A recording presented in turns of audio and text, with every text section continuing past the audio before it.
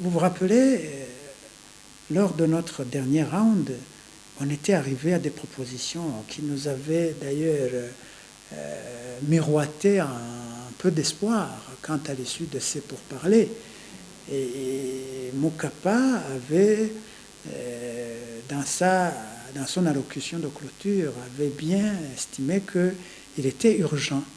de convoquer un sommet extraordinaire des chefs d'État de la communauté de l'Afrique de l'Est pour que ces derniers prennent acte de l'étape déjà franchie, mais aussi et surtout prennent des stratégies pour barrer la route aux obstacles éventuels au processus. Ça nous avait donné beaucoup d'espoir. Et malheureusement, ce sommet extraordinaire n'a pas été organisé. Même le sommet qui devenait en même temps ordinaire et extraordinaire parce qu'intégrant cette question du conflit burundais qui était projeté au 6 de ce mois,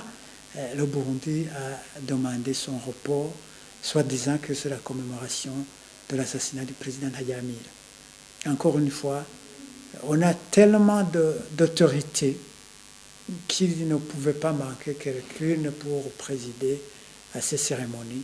et envoyer la délégation qu'on a qualifiée de haut niveau à ce sommet pour trouver la solution à la crise qui endeuille le Burundi. Malheureusement, comme la volonté n'est pas là, ils ont su manœuvrer pour faire reculer encore une fois le sommet. C'est pour cela que nous allons lancer un cri d'alarme à ces chefs d'État pour qu'ils ne soient pas encore une fois piégés par le gouvernement et le CNDD-FDD, ses acolytes qui ne veulent pas trouver la solution à la crise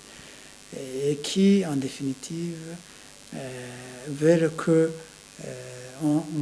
continue à croire à une solution hypothétique alors qu'ils n'en veulent pas. Et on va lancer donc un cri d'alarme à ces chefs d'État